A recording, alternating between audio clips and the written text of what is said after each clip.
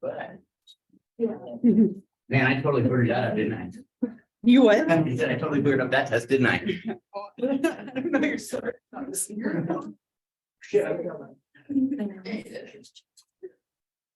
All right, good morning. It's been so long, right? Like, it felt like we were done. Like, the semester was over. We are, we're like halfway there. It's wild. The semester from here, it feels like it'll probably go quickly. What was that? Week 7. Yep, we're almost there. Like one more week and we're halfway. One more week. So we were talking about the weather, right? I was looking at this. I don't know if any of you, I obsess about the weather. I don't know why, because we don't usually get weather here. Like it's always the same. But cooperate. But look at this. A slight chance of rain and snow tomorrow. Like, I'm so excited about that. Like, even if it doesn't happen, just the fact that it says snow in our forecast is exciting, right? So Thursday, slight chance of rain and snow at 1,500 feet. And then if you go to Friday, like a lot of them, I was reading them this morning, now it just says rain, right? So probably won't happen, but I'm still excited about the chance of snow. Even if it hails, that's fun. Yeah, we're supposed to get like, we're about to get like 1 or 2 inches of rain, I think it is tomorrow night. It's exciting. I'm most excited because that means softball practice will be canceled. I'm like, all right, one break. Anyway, I hope you all had a nice extra day. We meet today, and then I get to tell you to have another nice weekend. I want to talk about the exam for just a moment. Feels like a long time ago at this point, but you did take exam number 1. And I just want to take just a minute to talk about it before we start our next unit. So with every test, I'll give you just a little bit of like perspective statistics wise, like where everybody felt. So for our first exam, the average score was a 92.6. Okay, so that was the average. The average was an A. It's fantastic. That makes me very, very happy to see. The high score was 100. 3 people got a score of 100, right? So that's amazing. There were several 99s and 98s, but 3 people got 100. That was the highest score. And the lowest score was a 35. Oh, that makes So a little bit of a range. And then the average amount of time was 61 minutes out of 75 to take the test. So what this tells me, just looking at this and looking at the scores in general, a lot of you were very prepared. A lot of you did very well. And the vast majority of you had plenty of time. There were a few people who looked like they were a little short and either didn't get to a couple of questions or didn't know the answer. It's hard for you to know. But most of you had plenty of time. Most of you did really well. There's obviously probably a few people who say have done a little bit better. But what I would like to encourage you to do, and I feel like I give the same like speech with every exam, but use this as a learning opportunity. Right. So if you're happy with your score, right, we go into the second unit starting today. All right, we have a second unit and a third unit. So we have 2 more exams. If you don't like how you did, now is a great time to change something, right? Study differently, prepare differently. The study guide is online right now for exam number 2. So if you wanted, what a lot of people will do is study 1 chapter at a time. You can kind of slowly add, then it's not so overwhelming. If you didn't use the study guide, which only you would know, right? That might be another area of improvement. You could use the study guide next time. You could read more if you didn't read. If you like how you did, and a lot of you should, keep doing the same thing. It's clearly working for you. Yeah. I first, like when the canvas first opened, I got the study guide. Yeah. And I really sat down and read the chapters, like Yeah. mapped it out, and it helped a lot. I think I got like a new type. Amazing, right? And for some people, I know a lot of us are procrastinators and we like to wait till the end to study. But if you go chapter by chapter, right? Like we're covering chapter 8 today. If you start with the terms on chapter 8 and you have those down, then you add the next chapter, it's not so overwhelming. And you'll remember it longer, right? When we cram, you have that moment when you take an exam and then it's just gone afterward. Versus if you study a little bit at a time for a longer span, you'll actually remember it, which at some point is nice, right? You know, it's not always the main goal, but it is nice to remember it. Was there another hand? I thought I saw another hand. Either way, we have 2 more exams. We obviously have a 100-point paper as well, but a lot of you are in a beautiful spot. So pat yourself on the back for that. And if again, you wish you had, yes, I like that. And again, if you wish you had done a little bit better, you're welcome to come meet with me and we could talk about strategies, or maybe you know what you could do better. And just kind of be evaluating that as we move forward. Yeah. Taking the test on time helps. Yeah, I ran out that's of true. time. Yeah. Yeah. And there were a few people who looked like they might have been short on time, but yeah, giving yourself enough time. No, that's not enough time at all, right? I mean, you've gotten through it. There were some people who finished in like the 40 minutes. But most people took about an hour, right? Which is usually what I see, about an hour. Are there any questions, thoughts, anything else about the exam? Again, a lot of you should be feeling really good about that, but anything there before we move forward? 30 days to my cruise, Hey. right? It's like a month from today. Where you Like, we leave out of Texas. I haven't flown in 4 years. I haven't flown since before COVID. So I'm most nervous about the flying. But we go out of Texas and we go to Honduras, Belize, Cozumel, and then there's like a couple of sea days. It's a week. Yeah, I'm gonna gain 10 pounds in that week. I'm ready. I've been stretching. Right? Yeah. Yeah. Say that one more time. Sorry. Yeah. For this next.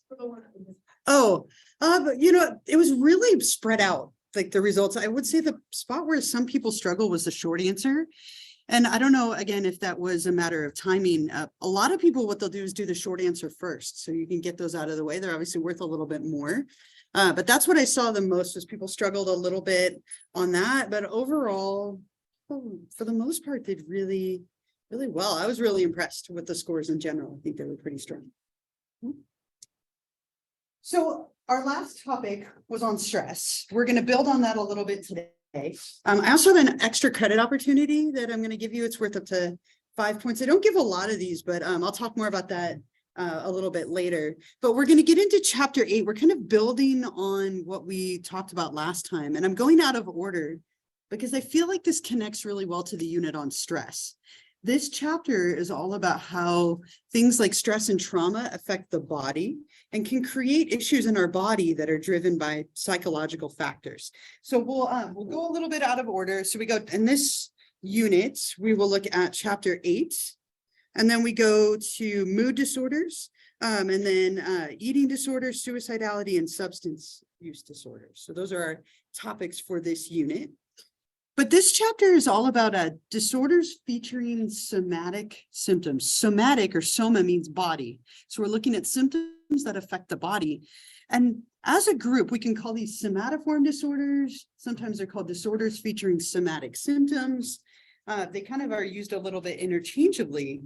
But with all of these, we're looking at illnesses or ailments that are explained largely by psychological factors. And we're going to talk about a few different things in this group. But with most of these, people aren't doing it on purpose. It's something that's happening, but you're not necessarily wanting or guiding these symptoms. They're just kind of there. And we'll talk about the specific disorders with this quite a bit as we move through them. But as a group, these used to be called hysterical disorders.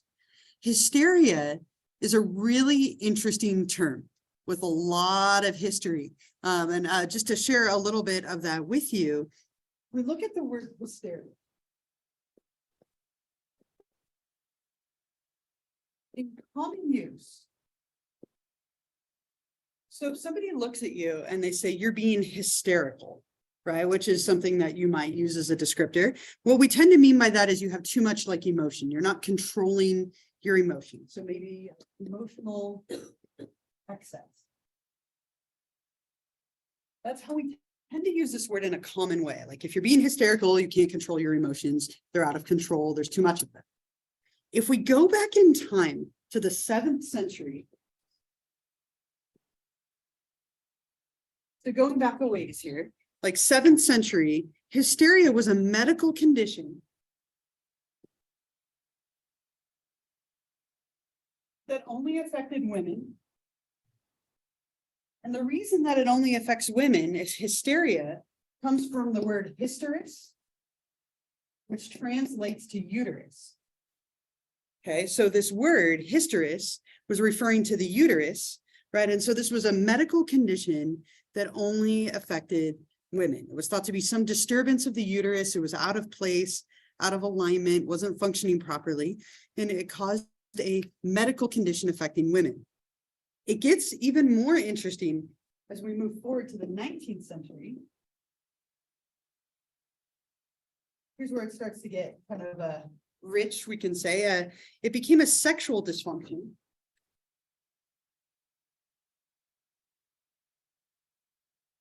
Again, only affecting women. And it was thought that something about the uterus being out of alignment caused all these sexual issues in women. The treatment for this, things that you did not expect to hear about today in this class, I guarantee.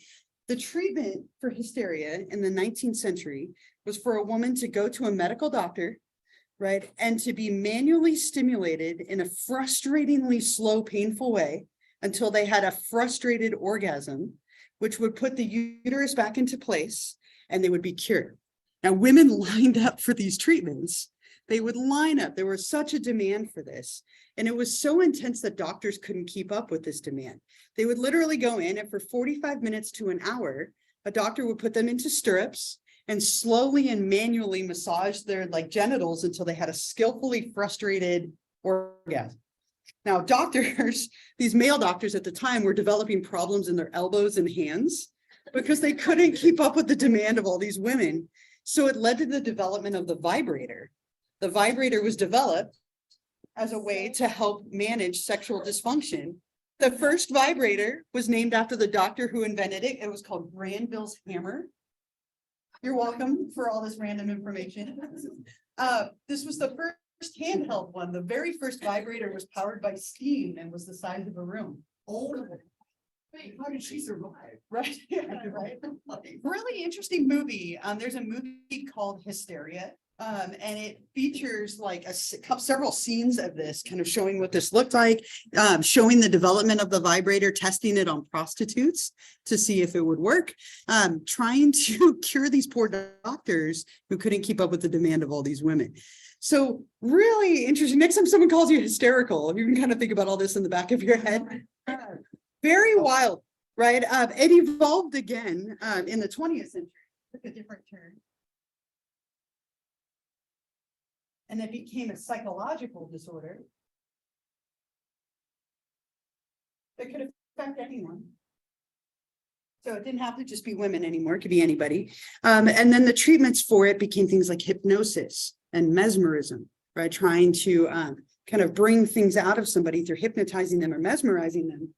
But really, 19th century, super interesting. And as I mentioned, there's a movie called Hysteria.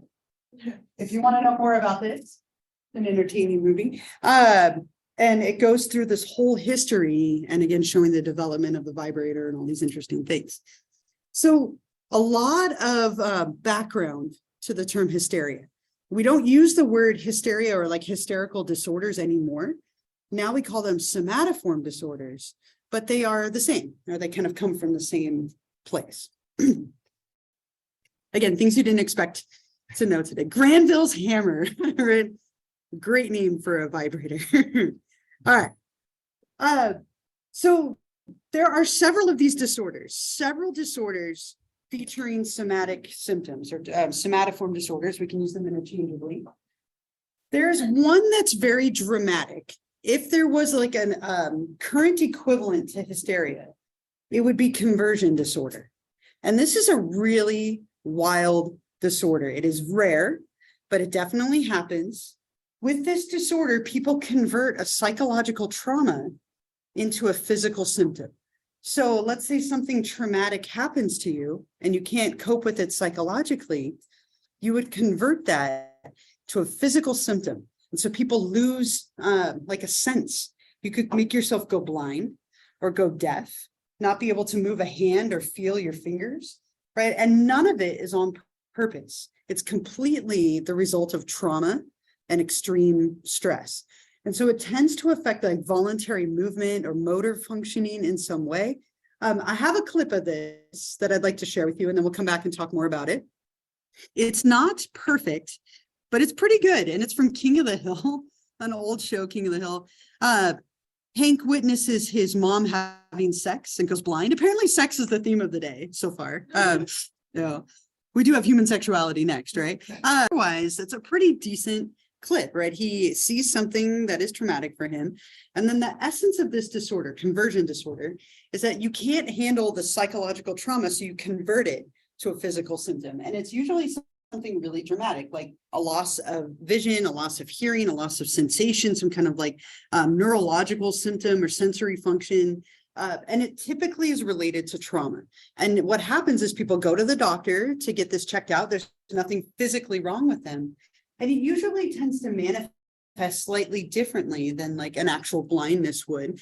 And those differences in the way that it manifests tend to give us clues as to what it might be, which would be maybe a conversion disorder. And it's pretty rare, but you hear about it in the news every now and then. There was a case of a soldier, this was years back, a soldier who accidentally shot a young boy in a combat situation. And he started having problems with his fingers, and then it moved to his hand, and then it moved up his arm. And it turned out and he did all these tests, nothing wrong physically. And when it turned out they looked at it closer, it started in his trigger finger, and then it spread to his other fingers, and then his hand and up his arm. It was a conversion disorder. He was responding to the trauma of shooting and killing this boy. Instead of dealing with it psychologically, his body was trying to deal with it physically. And that's the essence of this disorder. Again, very dramatic, very much along the lines of like hysteria. Are there any questions or thoughts or anything related to this? Yeah. No, like for example, what say like I'm getting blind over time. How would you know the difference of like regular blindness and So if you were losing vision, right, you would go to the doctor and they'd check your eyes. They might do like a CAT scan or an MRI to check the connections in the brain. There would be nothing physically wrong with you, right? So your eyes would respond normally. There wouldn't be anything wrong in the brain or anything that they would detect. And so when that happens, usually then they start looking for other explanations, and they might ask you questions about like psychological stuff. But it often gets missed. I mean, because you wouldn't think, like, if you were losing your vision, you wouldn't be like, oh, I need to go see a psychologist, right? You would go to a doctor. And so sometimes it takes a bit to figure it out. But once you figure out that this is what's going on, and then you deal with whatever you saw, your vision would come back, and it would slowly be restored. Again, nothing happens quickly, right? Both sides are slow, but it's wild to think that you can do this without meaning to, without even knowing that you're doing it. Mm-hmm. Anything else here? Yeah. Like this mom, his daughter was going through a marriage. Okay. And she started like falling down all the time. They did she was like, oh, I don't feel my legs. It's been going on for like a couple months or whatever. Interesting. And the doctors were like, well, there's nothing on your like MRI, like your KG, EEG, everything was good. Like, normal. What's going on. And then she like told the doctor, she's like, no, my arranged marriage was really, really rough. Like he was very abusive. I don't like daughter going this and that. I don't feel comfortable with like this way of thing. And like when she confronts it, she's like, I can kind of feel my legs now. Like she was able to stand up. And I was just like, yeah. Okay. It's interesting. Right. When we go through trauma, whether it's like long-term or immediate trauma, it affects our bodies, right? It affects our minds, obviously, but it also affects our bodies, and it can cause all kinds of wild things like this to happen. Yeah. My ex-wife's mom, when my ex-wife went to med school in the Caribbean, yeah, her mom started like having like weekly panic attacks and was going to like the Simi Valley ER and stuff. Mm-hmm. When she came home, it stopped. Interesting. Yeah. So, I mean, even just like a place, right? And, stress can trigger a lot of stuff, panic attacks, physical symptoms. It's hard on us, especially when it's intense stress. Yeah. So you say they kind of like force it towards their body. Does that make them mentally feel better about the trauma? It's more of a distraction, right? So like it's the way that the trauma manifests. So because you're not dealing with it psychologically, it shows up physically. And we do this all the time on like a lesser level. Like when we're super stressed, we might get stomach aches and headaches because we're not dealing with it well. But it's more that it's rather than being digested or dealt with emotionally, it's dealt with physically. That makes sense. Yeah. Wouldn't understand what's happening. Do you think they were the first time looking for attention? Sure. Trying to avoid Yeah, and you could easily, and we'll talk about faking in a few minutes, because that's a totally different thing. But you know, it might be something that you don't believe, right? I mean, it'd be easy to not believe that, right? Yeah. Oh, yeah. No, I fully believe it, right? Yeah. It's kind of interesting because when I was in the military, we like term for like malingerers and anybody who was like, we were in the field, we were like, oh my God, and stuff. Yeah. You're faking it. You clearly want to get out of the field. Like, Sure. everybody across the board, doesn't matter. You have a sucking chest wound. Uh-huh. You're clearly wrong. You're missing your leg, but Yeah. no, faking it, right? Yeah, we'll talk about faking more in a minute. Yeah, I mean, and a lot of us do that too, right? It's too easy to do now, right? It's almost too easy to fake being sick. Like any sign of illness, it's like, oh, it must be COVID, I can stay, right? Yeah.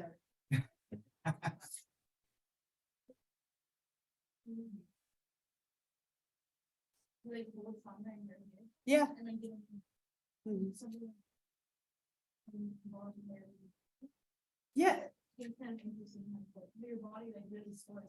Yeah, right. It really can. There's a book called The Body Keeps the Score. Oh, so did I steal your thoughts? Sorry. That is all about how our body holds on to trauma. Not only in the short term, but also in the long term, especially if we experience it when we're younger. Yeah. So, question. So it's a girl like experienced sexual abuse when they were a child. Uh-huh. And never like dealt with it. Yeah. Could this manifest in like the inability to relax and like have sex? Would Yeah. that be this, or would that be something? It's more like PTSD. So that happens a lot, right? Somebody has like a trauma of some sort. And if you had a sexual trauma, you might have a very hard time engaging in any kind of intimacy with somebody. It's very like PTSD like. They tend to call it rape trauma syndrome, but it's in essence an offshoot of PTSD. So it's not. Not necessarily. This is typically like a dramatic loss of a sense or like the ability to move or feel a part of your body. Did you have a thought too, or? I was just thinking about the body keeps score, Yeah. in which like the book talks a lot about how like the occurrence of stress changes inflammation of cells and how like that's the way that the body keeps score and how like it changes, like especially in some formative years, and it like changes the whole process. So I just thought that was fascinating. Yeah, it changes your nervous system for life, right? I mean, you can change it back, but it really does change the whole way that you respond to every. Yeah, it's a really interesting book. The Body Keeps the Score. If you're interested in stress and trauma, it's like a very popular current book that talks a lot about how it affects our body and our mind and our nervous system and so on. The other one on here, somatic symptom disorder, much more common, much less dramatic. Okay, so this one is very common, but way less dramatic. Conversion disorder is like the big dramatic disorder here. But with somatic symptom disorder, people have kind of symptoms that are popping up that are due to something emotional or trauma or stress-based. And it can take two different forms. And I hate that they named these this way. Like we have somatic symptom, somatization, somatic disorder, like they're all very similar, which I know is confusing. But with somatization patterns, someone has a bunch of like reoccurring milder physical issues, but they're all caused by something psychological. So when somebody has somatization pattern, they have to have a couple of things. Let me write it up here. So this is sometimes called Brickett syndrome after the doctor who coined it. But this one is, again, common, very easy to miss diagnostically. But someone who has this has a pain symptom. They have a gastrointestinal symptom, so something with their stomach. So like nausea, vomiting, diarrhea. A pain symptom might be headaches or chest pain or pain in part of your body. They have a sexual symptom. And they have a neurological symptom. So you have to have one of each of these kind of symptoms, and they can't be caused by anything physical. All of them are caused by like stress and trauma. So this is somebody who's got like a lot of kind of vague complaints and vague symptoms, but none of them are being caused by anything physical. This is really hard to find because what happens is a person goes to the doctor for the headaches, and then they go to a different doctor for like the sexual issue or the neurological issue. And so we oftentimes don't see the whole picture. They're looked at individually. All four. Yeah, they have to have one from each group in order to have it. Yeah. What does such symptom be like difficulty to like get aroused and everything. Yeah, so maybe they have a hard time getting aroused, an inability to get an erection. It could be something with a menstrual cycle being thrown off, anything related to like sexual functioning. Yeah. Gastrointestinal, so your stomach, so something related to like your stomach, like nausea, vomiting, diarrhea, or something like that. You can also have this show up as just a pain pattern. So what you see with this one is somebody has pain that is exacerbated or made worse by something psychological. So maybe they have a condition that causes them pain, but it should be at like a 2 out of 10. And because of something psychological, it's at like an 8 or a 9 out of 10, or it lasts longer, or it's more severe. And again, with all of these, the key with every single thing up here is none of it is on purpose. You don't even realize you're doing it. And once you do realize you're doing it, it tends to go away or get better. Okay, so these are completely not on purpose. And again, oftentimes unconscious or below the surface of awareness. Suffer with migraines, but like psychologically, them thinking about the migraines makes it worse. Would that fall into that category or no? Only if they had all the other ones too, for somatization. But migraines are a common example of what we call a psychophysiological illness, which we'll talk about in a few slides. Or it might even be next time, but it's in here too. So let's see, where was I going next? Oh, so faking. All of those were not on purpose. I guarantee every single person in this room at some point in your life, some of you are already smiling, have faked something to get out of something else, right? Maybe you faked being sick so you didn't have to go to school, or you faked being sick so you didn't have to go to work, or you made like something worse so you could get out of something or have people feel bad for you. That is so normal, right? And again, some of you smiling. I remember when I was a kid, and it was before like the cool digital thermometers. It was like you had to put it in your mouth and then just wait.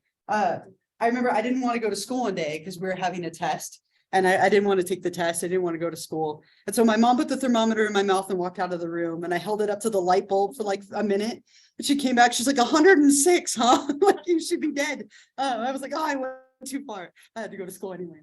But faking things is something that we do, right? People fake stuff. Or why might you fake something? Like, other than getting out of it, what's another reason someone might fake being sick or fake being in pain? Or A certain pain so that they get a certain medication. yeah, that's a good reason too, right? Maybe they want a medication for it that might be rewarding. Yeah. Attention, that's a huge one. Yeah. Yeah, yeah. Attention, sympathy, medication.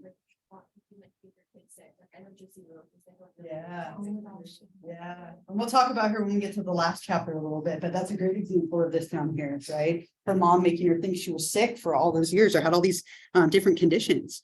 And with this, again, this is faking. This is on purpose. We call this factitious disorder, which is the diagnostic name. The common name is Munchausen syndrome. So they are in essence the same thing. Munchausen's is the popular name, and factitious disorder is the diagnostic term, right? Kind of like antisocial personality disorder is also known as being a sociopath or a psychopath. So with factitious disorder, people are faking being sick, faking a medical condition. They're faking it in order to receive attention, sympathy, to get out of things. It can become very rewarding for people to the point where they keep doing it. And then they start upping the ante every time because people stop responding. So they have to get worse and worse and worse and worse. I have a clip for this that I will play for you. I think it's such a great example of this. Ricky Bobby from Talladega Nights, if you've seen that, such a funny movie. Pretending to be paralyzed to get out of that, right? For sympathy, for attention, to avoid having to do something. That's very common with factitious disorder or Munchausen by proxy or Munchausen's in general. And this is something it's kind of near and dear to me. I have a member of my family. Well, it's my partner's family. I feel like I should clarify. Not my family. My family has their own issues, but this is her family. So member of her family, Kim with a Y, K-Y-M, Kim. Kim, my partner and I have been together almost 20 years. This August will be 20 years, which is a long time, right? She's put up with me for a long time, right? And vice versa, but I didn't say that, right? So when I first met my partner, right, she was introducing me to her family, and one of the members of her family was her sister, Kim, 10 years older than my partner. And she's like, no, I want to warn you, my sister has some issues. And I'm like, okay, right now I'm intrigued, but okay. And she's like, I won't tell you what they are. We'll just see what you think. And then we'll talk about it later. Okay, now I'm okay. And so I meet her sister, and the first thing her sister tells me is how she's dying of cancer of her kidneys. Right. The first thing she tells me, like, she's like, hi, I'm Kim. I have cancer, like literally like in that order. Right. And I was like, oh my God, I'm so sorry. That's awful.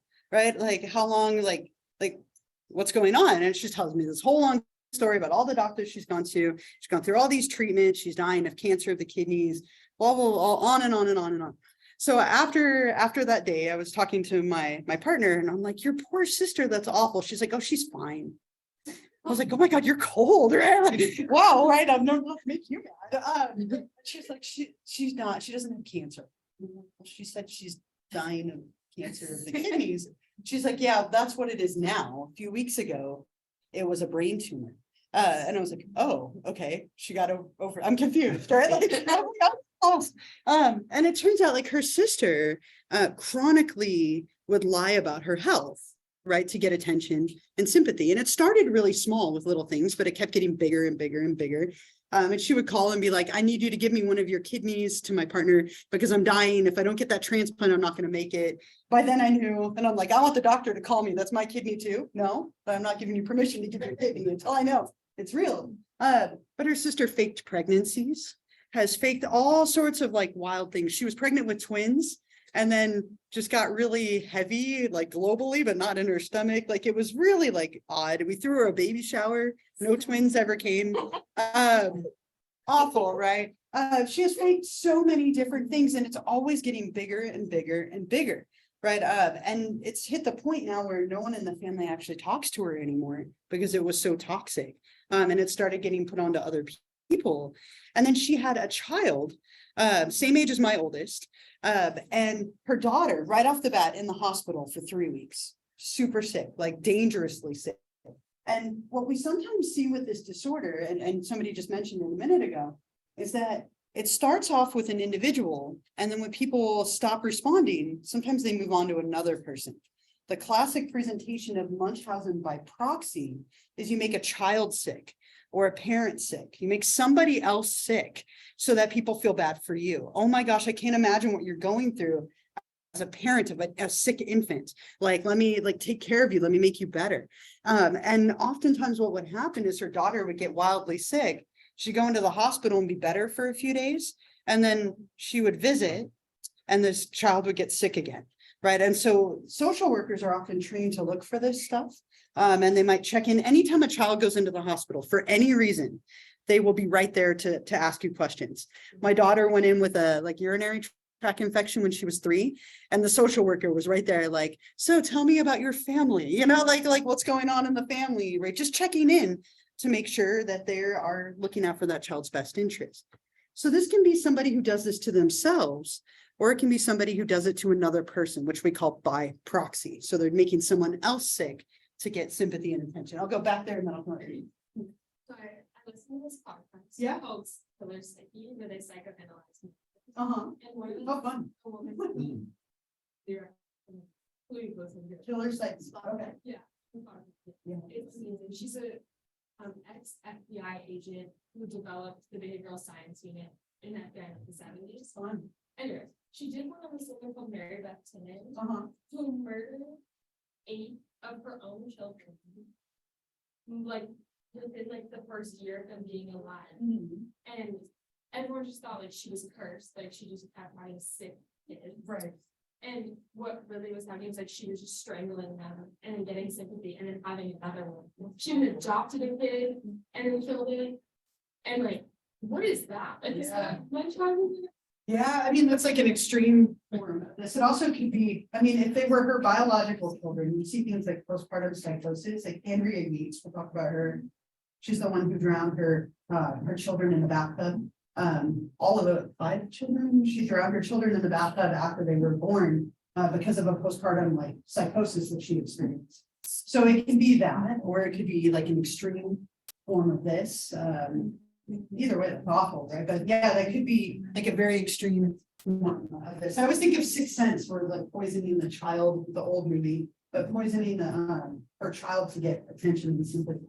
Yeah. It's like, Yeah. how did not really the sixth child, Yeah. and the husband was just like the seventh child. Yeah. It's like after like the seventh child, like. Say 8 or 80.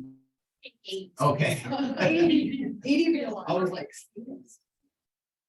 Yeah.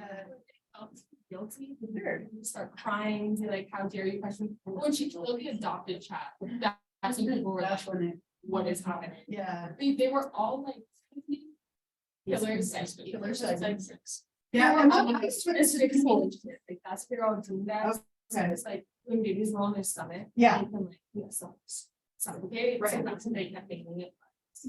Yeah, and we didn't know as much about that in the past, than we do now, like SIDS and things like that.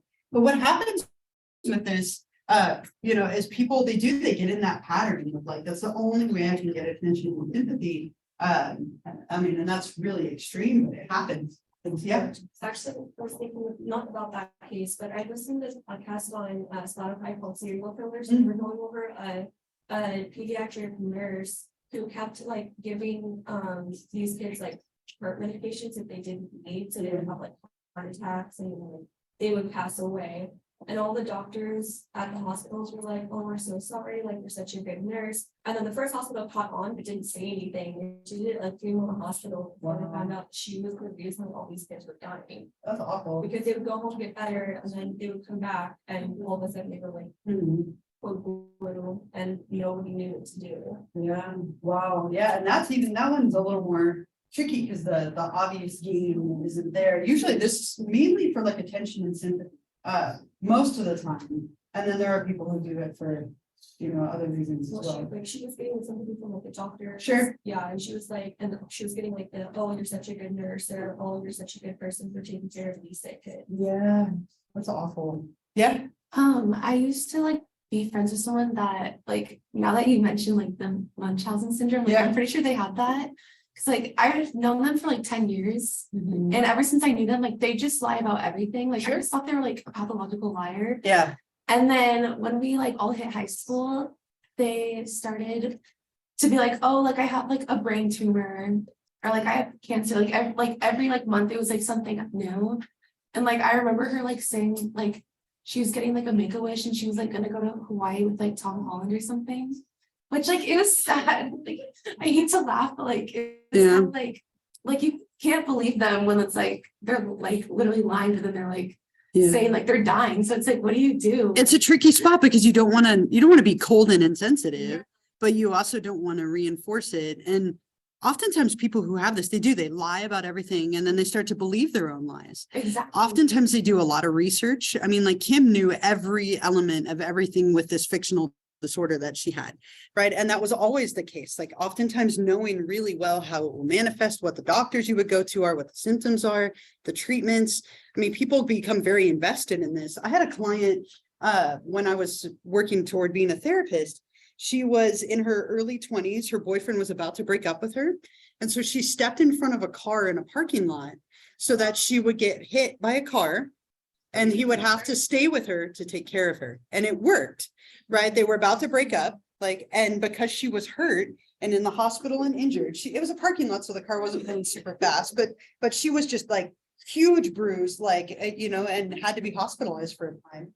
He didn't leave her because she needed to be taken care of, right? Kind of a lesser form of this, but still using that to your advantage in some way. Yeah. With a guy who, and she even wanted to leave. Sure. Um, Yeah. It would work only because his older brother did the same thing. It actually did kill himself. Yeah. So there was He enough. using that. Yeah. And people will do that. So, like it's a form of manipulation in a way. I've seen him, I guess, Sure. and I'm like, I don't put up with that. Mhm. She asked me not to, but I told her, I said, if I bump into him, I will. I mean, it's not that. What I'm studying, it's right in front of me, how do you not see it? Yeah. And, but he'll pull the guilty part, Hmm. because I'm almost 20, he's 18, so they'll be like, oh, but he's just a Yeah. I'm sweet, innocent, and I lost my innocence. Why would I ever say that? Mhm. So, no, he said word for word that. to me. Yeah, And I said, say that again. See what happens? Then he's not around. But yeah. people will also do it that way. Yeah, it can manifest in a lot of different ways, right? And it sometimes is very like manipulative in a sense of like, I'm gonna use fear to keep you here. You had your hand up a little while ago. Did you have a? Doctors find out about stuff like that. Yeah. Or that you're like making your kid ill like that. Can they take your kid away? Yeah, yeah, you can lose your child for that for sure. Usually, I mean, there's a lot of like checks and balances in there, but yeah, you definitely can. And there have been plenty of cases where people have been caught like poisoning or slipping things to their children in the hospital to make them sick. It's awful. Well, you just said a name. Gypsy Rose. Yeah, that, yeah. But obviously, like, she's a healer, so I Yeah. didn't know what was gonna happen to Mhm. the mom. But I was like, you have to, Yeah, like, I think pretty much all the neighbors were like, what the hell is she doing? sure. But like, no one ever reported. Yeah. Which, Yeah, and we know more now than like, because that was kind of years back when it was like mainly happening, but yeah, yeah. Kim?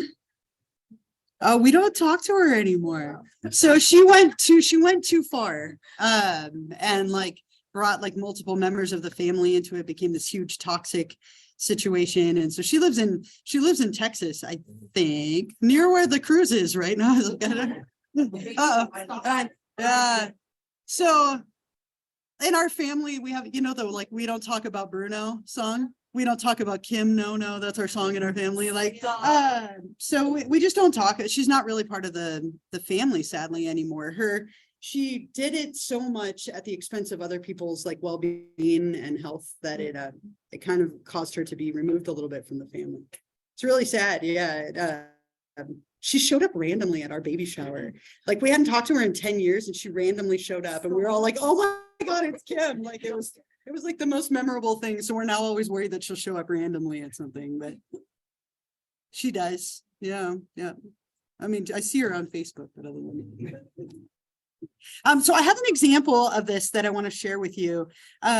So I don't know if any of you have ever watched the show Untold Stories of the ER. Really like entertaining show. And it's all like a dramatic reenactment, of course, but I have an example of what Munchausen's can look like and the extent that sometimes people will go to for the attention and sympathy that come with it. Very common for people to go to doctor to get attention. So I tried to do some editing in here because it's a show. There's lots of other stories going on. So forgive my like choppy editing, but this is a great example of what this can look like with this young man who is struggling. So you can just see the commitment to the attention and the sympathy in that clip, right? All of that like wincing and on the ground, like rolling in pain, completely faked, right? He hadn't actually swallowed them. They were taped to his skin. He knew where to put them in order to have them show up on the x-ray, right? And this was something that he did multiple times. This could be incredibly expensive for this individual. The second that insurance finds out that none of it was real, I mean, you're paying for all those tests out of pocket. I mean, thousands and thousands of dollars, how expensive medical stuff can be. And so this can obviously, have a big toll on him, but he's faking that whole thing for attention, for sympathy, right? And medical attention, really common from this perspective too. Yeah. Have you seen, I can't remember what the show's called, but there was a dude who was getting away with raping women in his town. He was the only doctor. And what he did is he inserted like a vial of somebody else's blood in his arm. So every time they drew his blood, it was somebody else's DNA. Oh my gosh. Wow. Wild. The Yeah. commitment. Yeah. I mean, that's just crazy on a lot of levels, right? Wow. Yeah. I mean, But yeah, I mean, the things that people will do for attention, the hard thing is people learn that this is the only way I can get sympathy, the only way I can get attention. And so you have to kind of reteach them, but that can take a while to do. Yeah. What's the difference between like Munchausen's and like hypochondria? Yeah, so that's the last one, and we probably won't get to this till next time, but someone who's a hypochondriac, we actually call that illness anxiety disorder now. So somebody who has illness anxiety disorder stresses about every little thing going on in their body. Like you have a stomach ache, it must be cancer. I have a headache, I must have a tumor. My toes hurt, it's peripheral neuropathy instead of my shoes are too tight, right? And so somebody who has illness anxiety disorder tends to go from doctor to doctor to doctor, fearing the worst. So they're taking things that are actually happening in their body and blowing them out of proportion versus Munchausen's, you're faking or purposefully producing problems to get sympathy and attention. Yeah, very different, but they're in the same family of disorders here.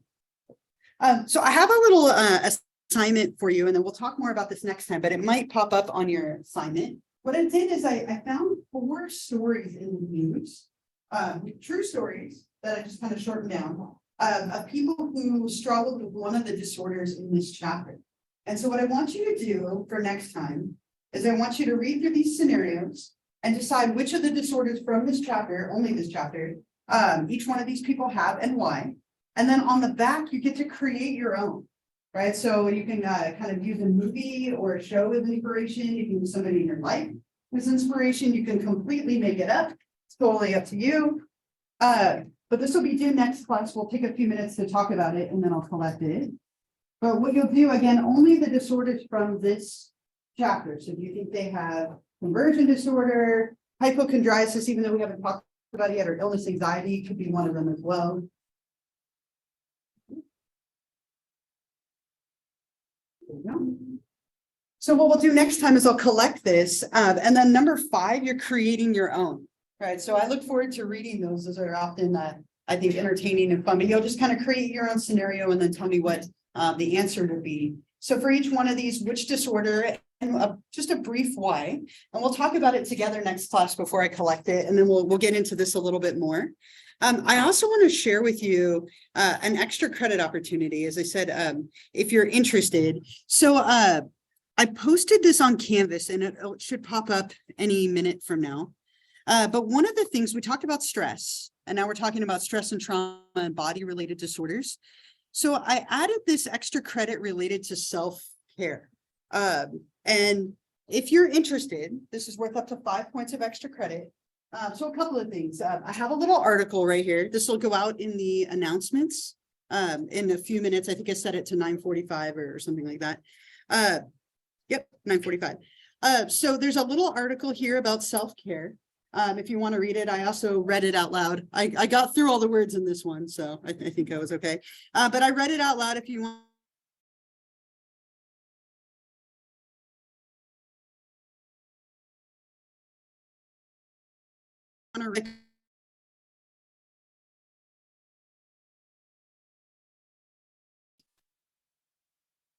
Come on, there we go. So number 1, after reading the article, what is self-care and why is it important? But here's the fun part. What I want you to do, if you're interested, is you'll take and share or upload onto here 5 pictures of you engaging in some kind of self-care activity. Now, this can be anything from you got your favorite like coffee drink to you took a nap, you went on a walk, you got a piece of cake, right? Self-cake instead of self-care, whatever you want it to be. This can be anything. I gave you some guidelines. These need to be your own images. So take them yourself, use your phone or a camera of any kind, you'll upload them. Try and have fun with them. You don't need to be in the pictures. In fact, I'd rather you not be in the pictures, but if you want to be, that's fine. And then for each picture, you're going to give me just a tiny description, like a couple of sentences of what you're doing and how it was helpful or whatnot. As a side note to this, I'm writing a book on this. And what I've been doing is collecting these for years. And so I have like 82 of them. And so I might reach out to some of you and see if you'll be willing to share your images. I have like a whole compilation for a book that I'm writing about self-care and mindfulness. And so if you're interested in that, I'll reach out to you and we can talk about it. But I think this is a great thing to go with this topic, right? Self-care is something that can minimize stress and help us a little bit. And I guarantee you're all doing it. Again, it could be something as simple as a nap or getting a food. It can be going and getting like manicure or pedicure, a massage. It can be anything. I had someone in my class, this other class this morning, she buys herself flowers once a week. Right? She's like, I can buy my own flowers, right? I get it, right? Like from the song. She thought it was really funny. She's like, I'm gonna post the song too. You don't have to. I hear it like 40 times a day right now. But this is what you will do. This will be due next class. And you're just gonna upload it right here onto Canvas. So you'll just share those pictures and a brief description. And this is totally optional. If you don't want to do it, you don't have to. The homework assignment is worth 10 points, so make sure you do that. But this is there for you if you would like to do it. I know a few people were feeling a little stressed from the exam, so this gives you an opportunity for a few extra points. And then what we'll do next time is we'll keep going. We'll talk about this. We'll talk about the homework, the rest of the chapter. It says on their library an APA day for next class, but the library wasn't available, so that'll happen later. We'll just keep going with the topics as scheduled. So are there any questions about the extra credit or the homework or anything? Yeah. Monday. Yeah, so you have all the way till Monday to submit that. So you can do it over the weekend. It gives you some time if you'd like. And you're just submitting it directly onto Canvas. And have fun with it. Don't overthink it. I guarantee you're doing these things already, right? It could be little things. Totally fine. Right? All right, have another wonderful weekend. I hope it snows. You see the snow. All right, see you all on Monday. Thank you. Bye, take care. Would you consider reading a book so soon?